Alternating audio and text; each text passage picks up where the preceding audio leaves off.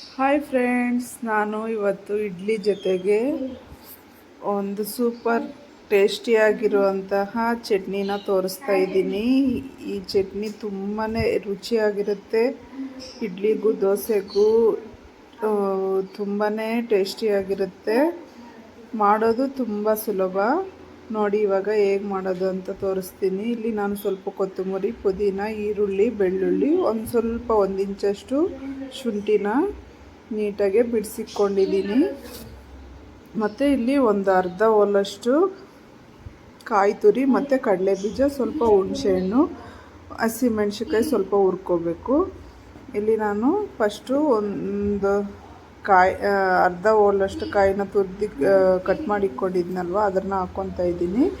ಮತ್ತು ಕಡಲೆ ಬೀಜ, ಹಸಿಮೆಣ್ಸಿನ್ಕಾಯಿ ಇದು ನೀಟಾಗಿ ಇವಾಗ ರುಬ್ಕೊತಾ ಇದ್ದೀನಿ.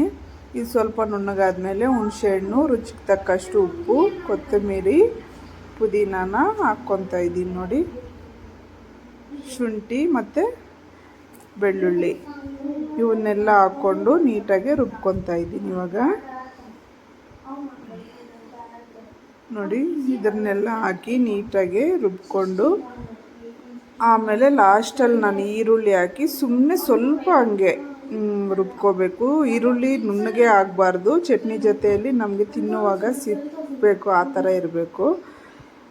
ತುಂಬಾ ಟೇಸ್ಟಿಯಾಗಿರುತ್ತೆ. ನೋಡಿ, ಇಡ್ಲಿ ತುಂಬ ಸಾಫ್ಟಾಗಿ ಬಂದಿದೆ. ನಿಮಗೆ ಇಡ್ಲಿ ರೆಸಿಪಿ ಬೇಕಾದರೆ ನಾನು ಕಮೆಂಟ್ ಮಾಡಿ ತಿಳಿಸಿ ಮತ್ತು ಇನ್ನೊಂದು ವಿಡಿಯೋನಲ್ಲಿ ತೋರಿಸ್ತೀನಿ. ನೋಡಿ, ತುಂಬ ಸಾಫ್ಟಾಗಿ ಬಂದಿದೆ. ಈ ಚಟ್ನಿ ಜೊತೆಯಲ್ಲಿ ಇಡ್ಲಿ ತುಂಬಾ ಸೂಪರಾಗಿರುತ್ತೆ. ನೀವು ಒಂದು ಸಲ ಟ್ರೈ ಮಾಡಿ ನೋಡಿ. ನನ್ನ ವಿಡಿಯೋ ಇಷ್ಟ ಆಗಿದ್ದರೆ ಲೈಕ್ ಮತ್ತು ಶೇರ್ ಮಾಡಿ, ಸಬ್ಸ್ಕ್ರೈಬ್ ಮಾಡ್ಕೊಳ್ಳಿ.